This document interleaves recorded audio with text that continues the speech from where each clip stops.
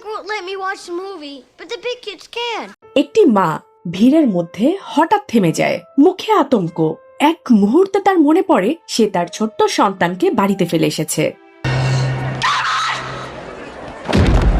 Home alone সিনেমায় এক আতঙ্কিত মায়ের চরিত্রে, যিনি ভুল করে নিজের সন্তানকে বাড়িতে ফেলে যান। এমন চরিত্রে অভিনয় করে তিনি ব্যাপক জনপ্রিয়তা পেয়েছিলেন।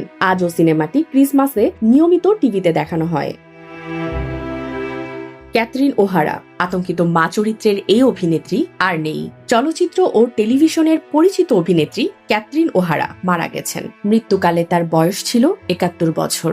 অভিনেত্রীর প্রতিনিধিত্বকারী সংস্থার বরাতে বার্তা সংস্থা অ্যাসোসিয়েটেড প্রেস জানায়, ২০২৬ সালের ৩০ জানুয়ারি শুক্রবার লস অ্যাঞ্জেলেসে নিজ বাসভবনে মারা যান অভিনেত্রী ক্যাথরিন ওহারা। কানাডায় জন্ম নেয়া Catherine O'Hara television comedy series Schitt's Creek Moira Rose চরিত্রের অভিনয়ের জন্য বিশ্বজুড়ে পরিচিত ছিলেন এবং এই চরিত্রের জন্য তিনি এমি পুরস্কার পান। তিনি আরও একাধিক আন্তর্জাতিক সম্মাননায় স্বীকৃতি পান তার বিশেষ অভিনয়ের জন্য।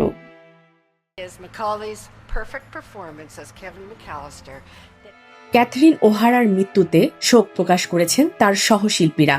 হোম অ্যালোনের ছোট্ট বাচ্চা চরিত্রে অভিনয় করা ম্যাকাউলি ক্যালকিন সামাজিক মাধ্যমে ক্যাথরিন ওহারার জন্য দুঃখ প্রকাশ করেন। অভিনেত্রী মেরিল স্ট্রিপ বলেন, ওহারা তার অভিনয়ের মাধ্যমে দর্শক মনে আলো ও মানবিকতা ছড়িয়ে দিয়েছেন। ক্যাথরিন ওহারা জীবনের শেষ সময়ে the last of us series করেও এমি মনোনয়ন পান।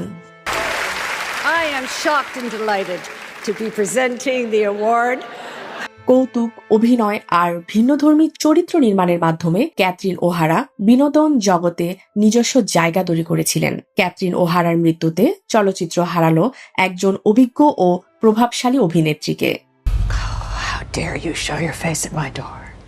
You of all people. Hi, Patty. Oh God, it's so humiliating. Smita Iftekhar, desk report, আলোকিত স্বদেশ।